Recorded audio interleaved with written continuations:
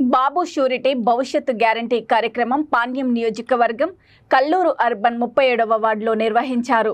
రచ్చబండ కార్యక్రమం నిర్వహించి కాలనీలో ఇంటింటికి తిరిగి చంద్రబాబు నాయుడు ప్రకటించిన సూపర్ 6 పథకాల గురించి ప్రజలకు వివరించారు.